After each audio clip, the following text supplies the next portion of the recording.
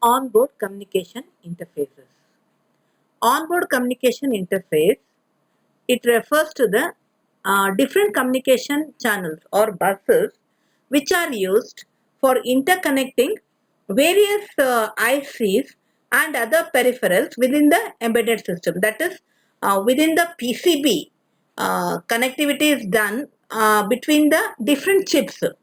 That connectivity between the different chips on a single PCB, we call it as a onboard communication interface. We have various interfaces for onboard communication. I2C bus, that is inter-integrated circuit bus. Second one is SPI, that is serial peripheral interface bus. Next one is UART, Universal Asynchronous Receiver and Transmitter. Next one is one wire interface. Then we have a parallel interface. All this you are going to study in detail. First we'll go for I2C bus or inter-integrated circuit. What you have to remember here is onboard communication interface means communication has to be established between the different ICs on the PCB in an embedded system. So communication between the different ICs in the embedded system which are on the board, that is on the PCB, that we are calling it as a onboard communication interface. We can go for using inter-integrated circuit, serial peripheral interface, universal asynchronous receiver transmitter, one wire interface and parallel interface. Inter-integrated circuit bus or I2C bus. This inter-integrated circuit bus, it's a synchronous bidirectional half duplex two-wire serial bus. The meaning of half duplex already all of you know it. That is, communication is carried out in one direction at given point of time. Communication in only one direction at given point of time, and this interface is using two wires. It is using two wires for the communication and this one direction communication at a given point of time. The I2C bus, it has got two bus lines. First one, we are calling it as a serial clock or SCL for short. The second one is serial data. For short, it is called as SDA. The serial clock line, it is responsible for generating synchronization clock pulses. So, it is responsible for clock line is responsible for generating the synchronization clock pulses, and serial data is responsible for transmitting the serial data across the devices. One line for generating the clock pulses, other line for transmitting the serial data. Devices connected to I2C bus can act as either a master device or a slave device. Difference between master and slave now. The master device, it is responsible for controlling the communication. It has to control the communication. How it controls the communication? It is controlling the communication by initiating or terminating the data transfer. It sends data and generates the necessary synchronization clock pulses. So it is the master. The master is responsible for controlling the communication. How it is done? It is done by initiating or terminating the data transfer. How? Again by sending the data. That is for transferring data and generating the necessary clock signals. It has to send the data, it has to generate the clock signals. This job is being done by the master device. slave devices. These slave devices, they wait for the command from the master, and once they receive the command from the master, they respond by receiving the commands. They respond by receiving the commands, or we can correctly I can say is they respond on receiving the commands. This master and slave devices can either act as a transmitter or receiver. Both will be acting like a transmitter or receiver. And this I2C supports multi-masters on the same bus. So it means that we can go for having two or more masters on the same bus. In the figure, we can see I2C bus interfacing. We have a single master and three slaves. Single master and three slaves. And communication is done by the two wires.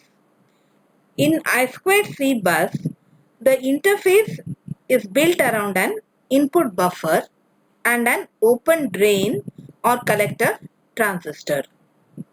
When the bus is in the ideal state, the open drain or collector transistor will be in the floating state, and the output lines, that is SDA and HCL, they switch to the high impedance state. So for proper operation of the bus, both bus lines should be pulled to the supply voltage. That is plus 5 volts for TTL family and plus 3.3 volts for CMOS family devices. And this is done using the pull-up resistors. And usually the typical value of the resistor that is used for the pull-up is 2.2K. And with pull-up resistors, output lines of the bus in the ideal state will be high. That is, in ideal state, output lines will be high. The address of I2C device is assigned by hardwiring the address lines of the device to the desired logic level. What is done here is address is getting assigned. How it is assigned? By hardwiring the address lines of the device to the desired logic level. The address to various I2C devices in an embedded device is assigned by the hardwired at the time of designing the embedded hardware. So addresses are to be assigned and given at the time of designing the embedded hardware itself.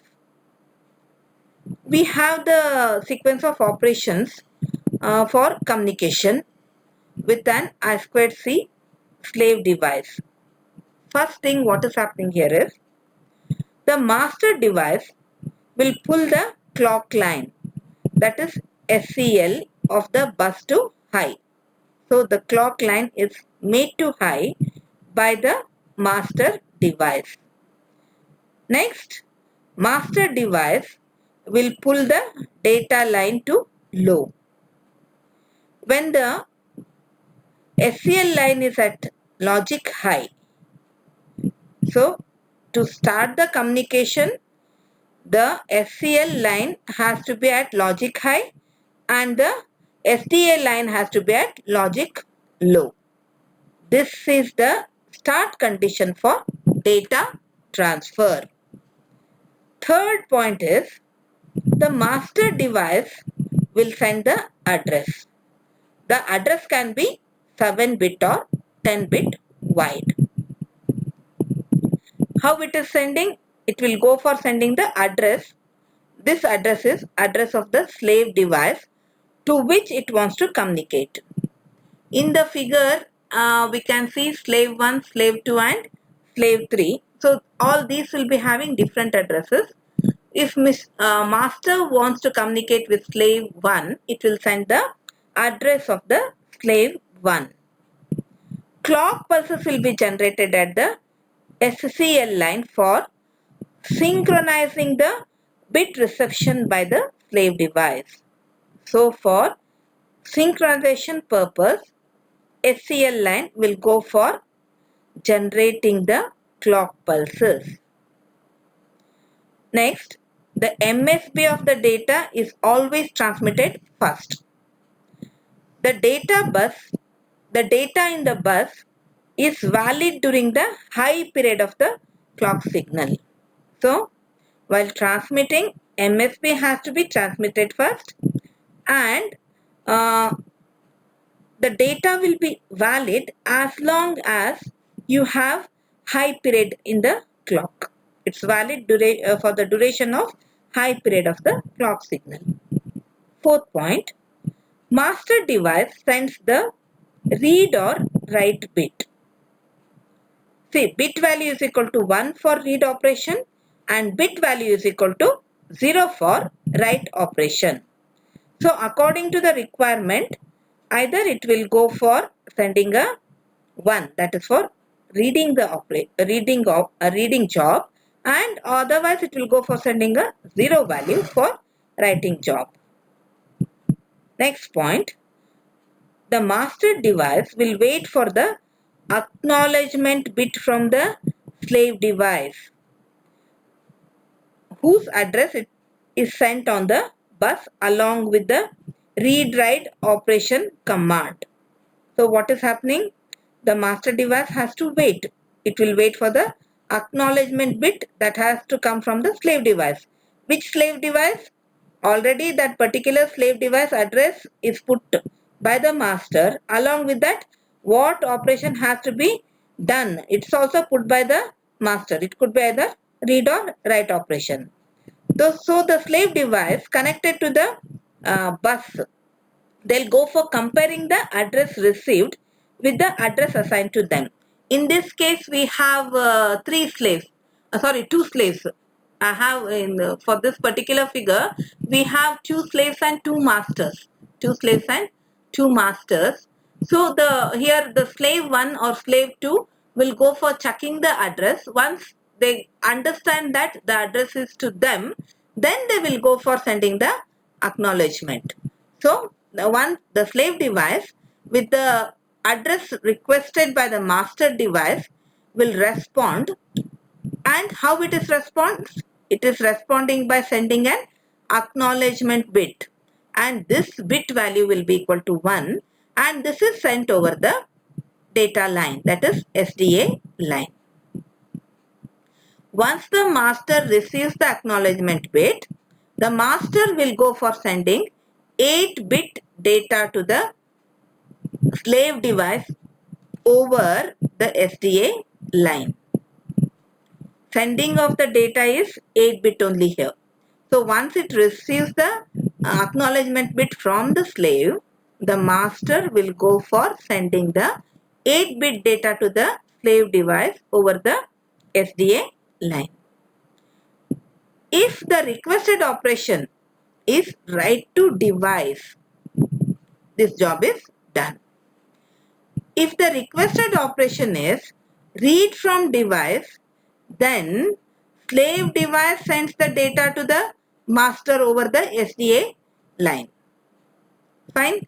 Depending on the operation, write to the device means it is the master which is going in for putting the data on the SDA line. But if it is read from the device means it is the slave which is going to put the data on the SDA line. Communication is either from master to slave or from slave to master. Write operation means data will be sent from master to the slave. Read from device means the slave will go for sending the data to the master.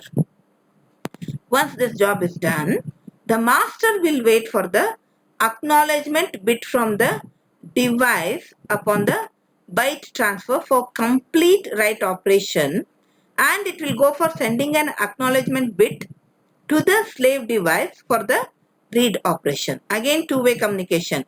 If the master has received the complete byte, after complete byte transfer reception, it will go for sending a acknowledgement bit. Fine. Then for one is for reception and other one is for actually putting the data. So for both read and write operation, acknowledgement bit has to be sent. Next is the master device has to terminate the transfer. For terminating the transfer, the master device will go for pulling the SDA line high when the clock line SCL is at logic high. So clock line has to be high and SDA line will be made high by the master in order to give the stop condition. For stop condition, the SCL has to be high, then SDA will be made high by the master. It is an indication for the stop condition.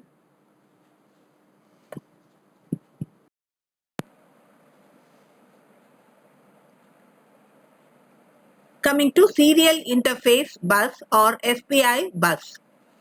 The serial peripheral interface bus is a synchronous bidirectional full duplex 4-wire serial bus. This concept of SPI, it was introduced by Motorola. SPI, it is a single master and multi-slave system. It means we can go for having a one master only, but we can have many number of slaves.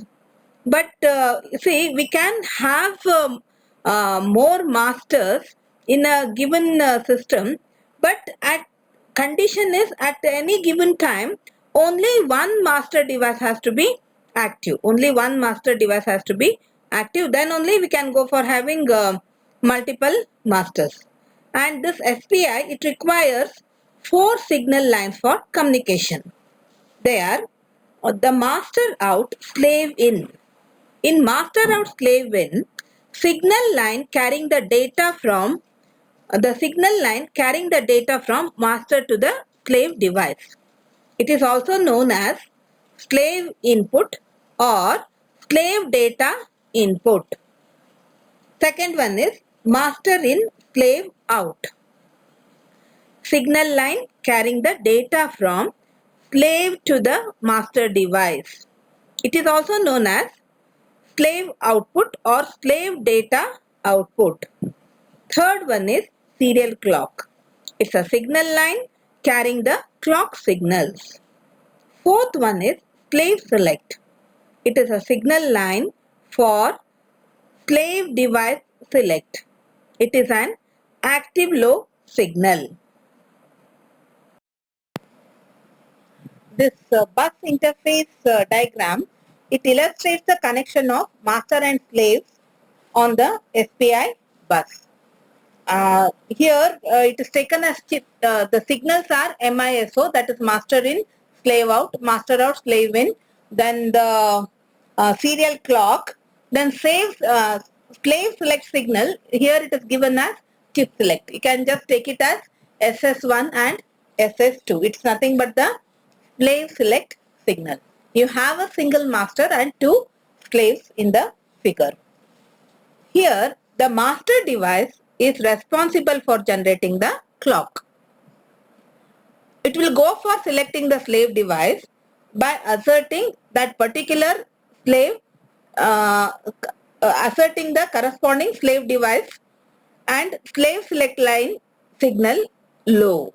It will make the slave select signal line low. In this figure it is given as CS1. If the master has to select the slave 1, then CS1 signal, that is slave select 1 signal, will go low.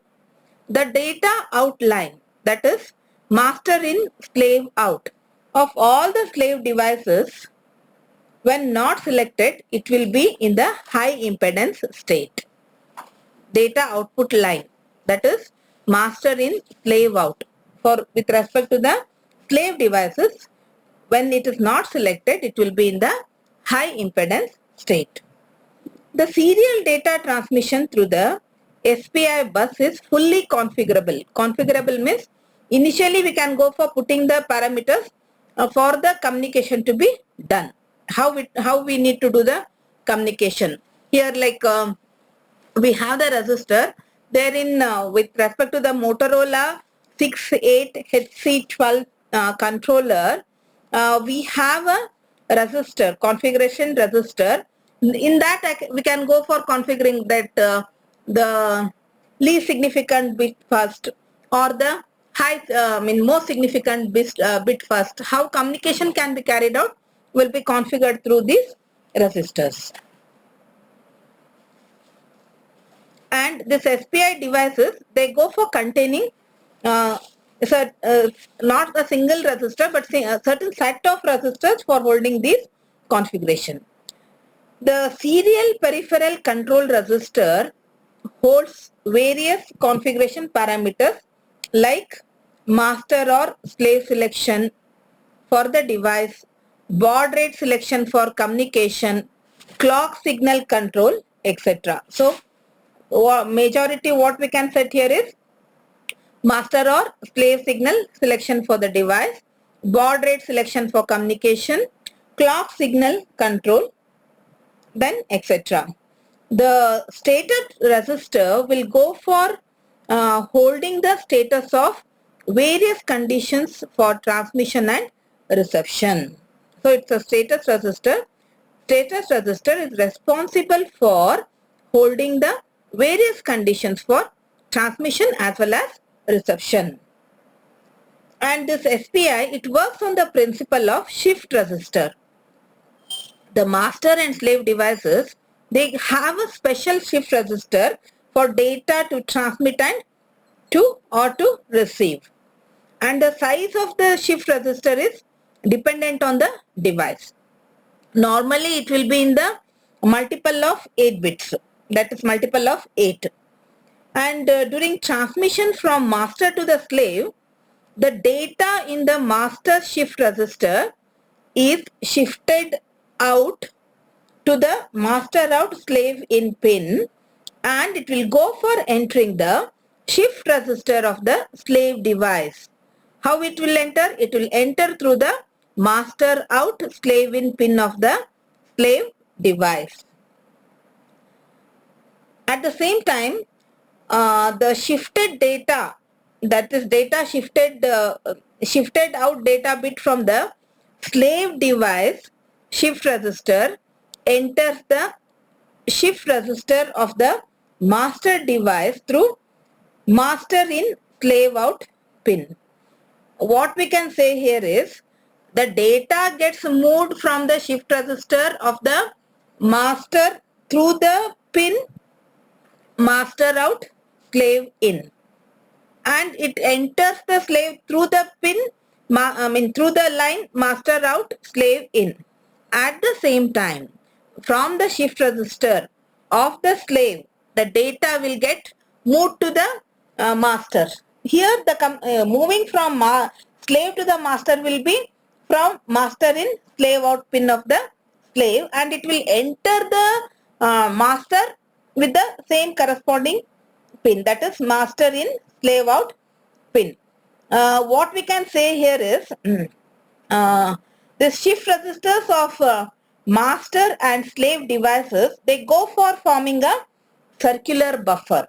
For data transfer, the shift resistors of master and slave devices form a circular buffer. And for some devices, the decision on whether the least significant bit first or the most significant bit first of the data, it has to be it needs to be sent out, that is which bit has to be sent out first is configured through the configuration resistor. And in comparison with I2C, this SPI bus is most suited for application which require the data transfer in streams. Data transfer has to take place in streams, means we need to make use of SPI in comparison with I2C. And the limitation with respect to SPI, here it doesn't support an acknowledgement mechanism. For the I2C, we had the acknowledgement coming back from the slave. But here in this case will not have acknowledgement mechanism. Only those pins are responsible for sending the data and receiving the data, and it is taking place with respect to the shift registers present in the master and in the slave in a circular buffer fashion. Coming to Universal Asynchronous Receiver Transmitter, for short we call it as UART. This UART based data transmission, it is asynchronous form of serial data transmission.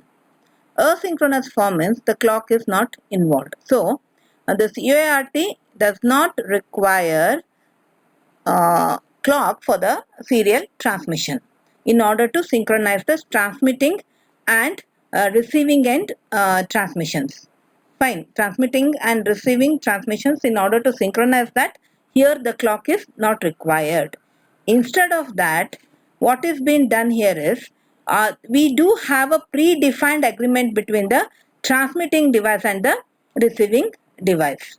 And the serial communication settings, that is baud rate, number of bits per byte, parity, number of start bits, stop bits, flow control, both for transmitter and receiver should be identical. All these settings will be done prior to the transmission.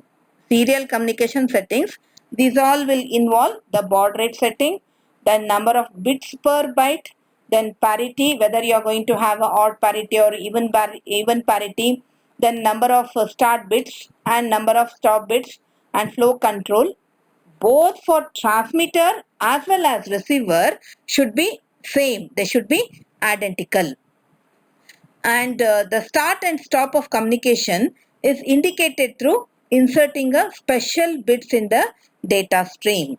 So special bits are there, and these special bits are indicated inserted in the data to indicate start as well as stopping the communication.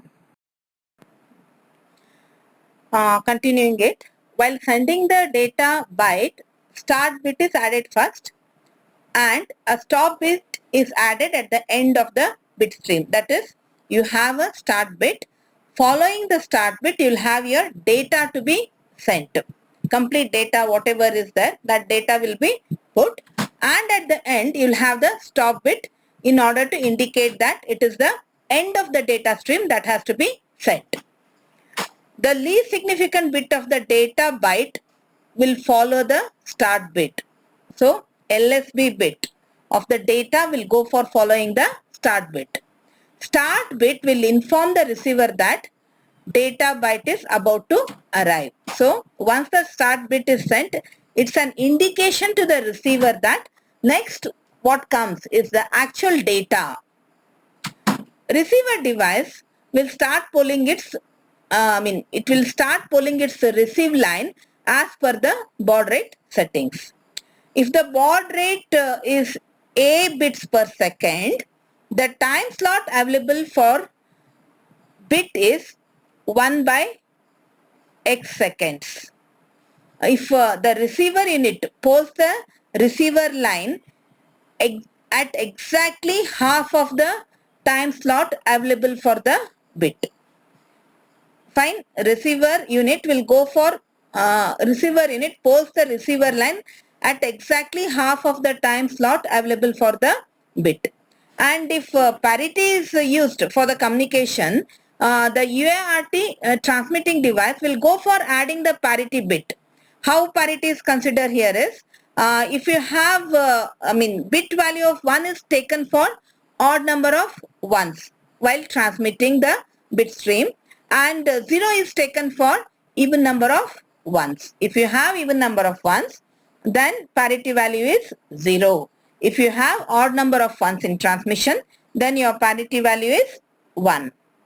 This is done at the transmitting device itself. The transmitting device itself will go for adding the parity bit.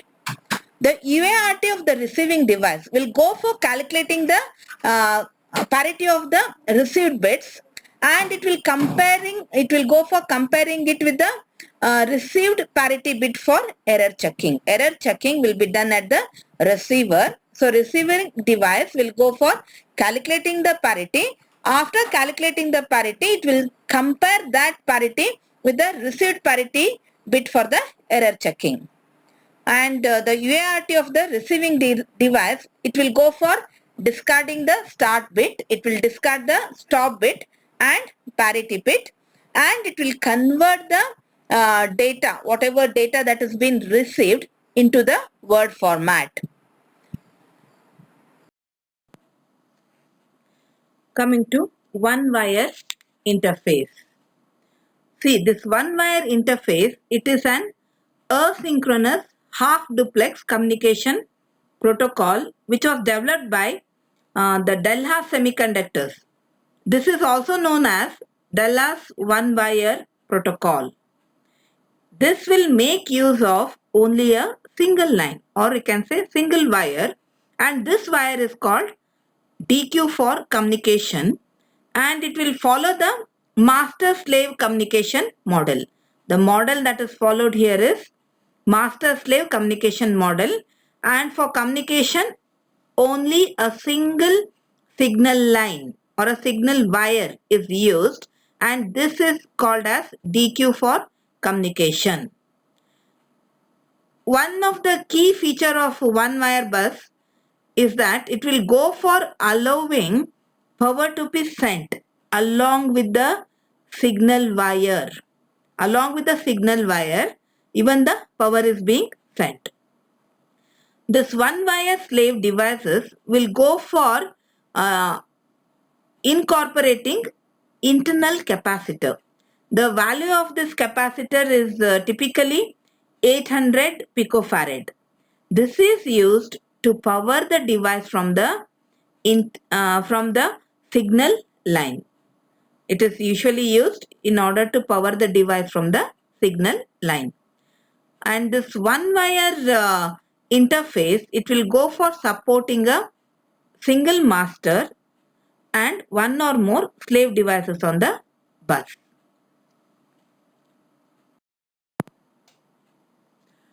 In this slide, you can go for seeing the one wire bus interface. This one wire bus interface, it's a single master and it can have any number of slaves. See, this every one wire device, it contains a globally unique 64-bit identification number that will be stored into it. And this unique identification number, it can be used for addressing the individual devices present on the bus. If in case if you have multiple slaves connected to a one wire bus, then this identifier, it has got 3 parts. That is, out of 64, how this 64 bit is been divided. It is divided into 3 different parts. First one is a 8-bit family code. Next, followed by a 48-bit serial number, and next we'll have a 8-bit cyclic redundancy check, that is CRC, computed from the first 56 bits.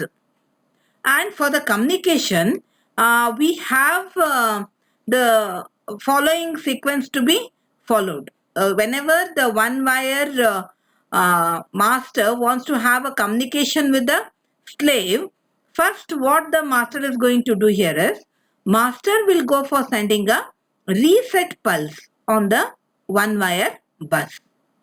Then the slave present on the bus will go for responding with the presence pulse. Here in the given figure, we have 2 slaves. So both will go for responding with the presence pulse. Next, the master device will go for sending a ROM command. This ROM command, it consists of the net address command, and this net address command is followed by 64-bit address of the device. This 64 address of the device is nothing but address of the slave device to which the master wants to have a communication, or master wants to initiate a communication, that slave's address will be sent.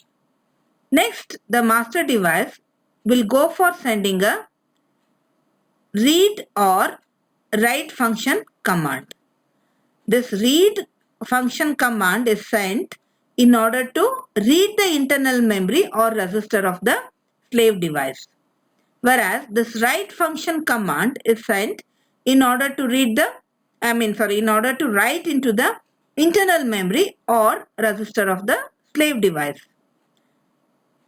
After sending the read or write function command, next job is actually doing the job. That is, it either the master will go for initiating a read function. That is, it will go for reading from the device. It will go for reading from the slave device. Or the master will go for writing a data to the slave device. Two jobs it can go for doing. One is reading from the device, that is slave device, or writing data to the slave device. This is how actually the communication is carried out. And what you have to remember here is, with respect to the one wire bus, all communications will be initiated by the master only. Communication has to be initiated by the master only.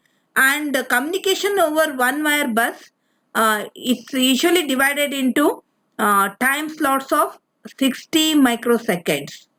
This is for regular speed mode of operation. Regular speed mode of operation is 16.3 kilobits per second. And the reset pulse, that is the first pulse that is being sent by the master, this pulse will go for occupying 8 time slots.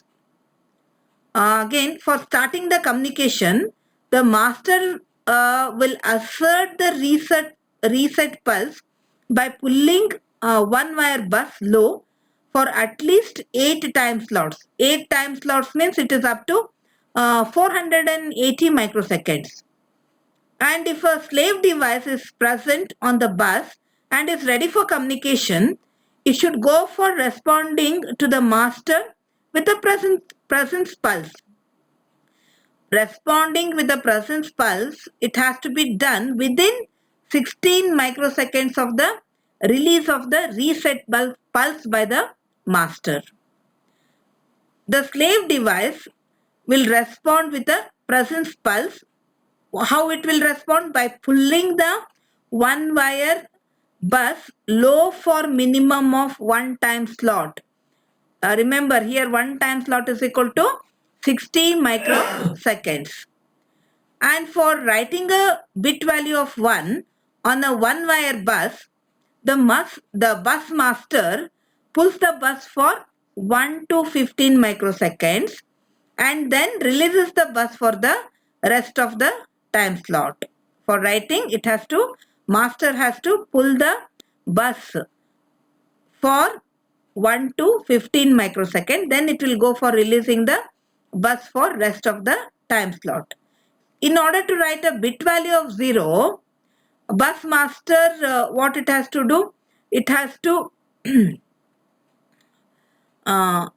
bit value of 0 is written on the bus by master pulling the bus for minimum 1 time slot. That is for 60 microseconds. See, writing 1, it will take less time compared to value of 0. Complete for a bit value of 0, master has to pull the bus for minimum 1 time slot, that is 60 microseconds, and maximum of 2 time slots, that is up to 120 microsecond. In order to read a bit from the slave device, master will go for pulling the bus low for 1 to 15 microseconds. If slave wants to send the bit value of 1 in response to the read request from the master, it will simply go for releasing the bus for rest of the time slot. Just release the bus for the complete time slot. And if the slave wants to send a bit value of 0, it will pull the bus low for the rest of the time slot. So for sending the value of the 0 means it has to pull the line low. But if it has to send the value of 1 means it will just go for releasing the line for complete time slot.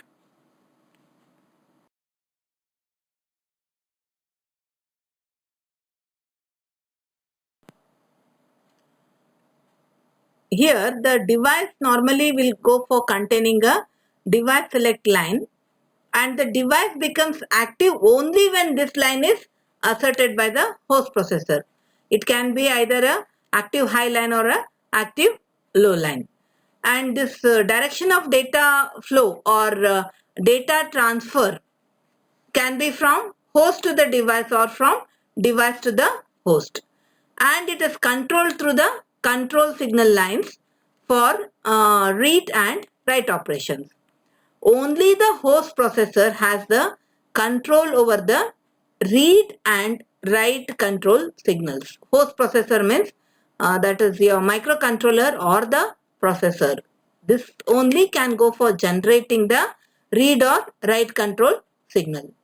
And this device is normally memory mapped to the host processor, and you'll have a range of addresses assigned to it, and you do need the address decoder circuitry for generating the chip select signal for the device.